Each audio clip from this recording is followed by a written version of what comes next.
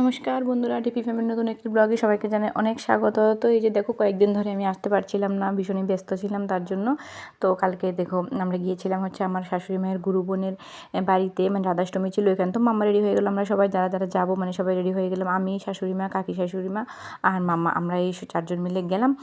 তো কী বলো তো, ওখানে যাওয়ার পর মানে ভীষণ মজা হচ্ছিল, সবাই মিলে কীর্তন করছিল। আর মাম্মা জানো তো ওখানে গিয়ে এতটাই দুষ্ট করেছিল প্রথম তারপরে তো মাম্মা ঘুমিয়েই পড়লো। তো তারপরে আমরা প্রসাদ টসাদ নিয়ে তারপর চলে আসলাম। আর এদিকে কী বলো তো, বাবুর অপারেশনের কথা ছিল, তো অপারেশনটা সুন্দরভাবে হয়ে গেলো। তোমাদের সাথে আমি তো শেয়ার করতে পারিনি, ভাবলাম ঠিক আছে যখন হয়ে যাবে তখন আমি শেয়ার করব তোমাদের সাথে। তো তোমাদের সবার ভালোবাসা হয়ে গেলো, বাবুর অপারেশনটা সাকসেসফুল, কোনো সমস্যা হয়নি। তো আজকে হচ্ছে গিয়ে মানে ওনারা অপারেশন হয়ে যাওয়ার পর কোনো কমপ্লিকেশনও দেখা দেয়নি, তার জন্য টিকিট কেটে নিয়েও ইমার্জেন্সি মানে ওরা চলে আসছে। মামা শ্বশুর গিয়েছিল, ওনারও ছুটি শেষ, প্রায় হাজব্যান্ডেরও ছুটি শেষ, মানে ওনারা ভীষণ টেনশানে আছে, তো আজকেই এসে পৌঁছে যাবে।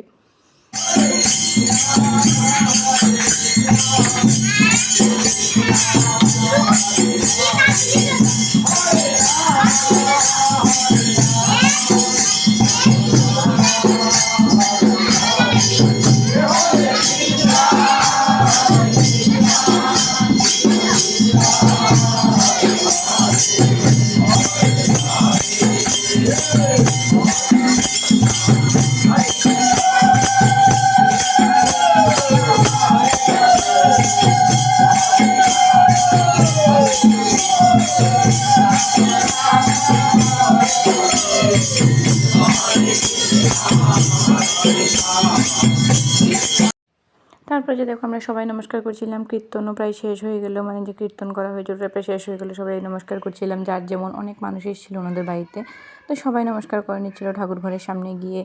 তারপরে আমিও গেলাম, সবাই মিলে নমস্কার করে আশীর্বাদ নিয়ে নিলাম ঠাকুরের কাছ থেকে। তারপরে এই যে আরতি হয়েছিল ওটার থালাটাও দিল, মোমবাতি ধূপকাঠি যে থালাটা হয় ওটা নিয়ে সবাই আশীর্বাদ নিচ্ছিল, এরকম একটা ব্যাপার। তারপরে ওখানে আমরা প্রসাদ নিলাম, তারপরে বাড়ি চলে আসলাম। আর যেটা বলছিলাম তোমাদেরকে, তো হাজব্যান্ডও চলে আসবে আজকে, মামা শ্বশুর বাবুকে নিয়ে চলে আসবে, দেখা যাক কী হয়।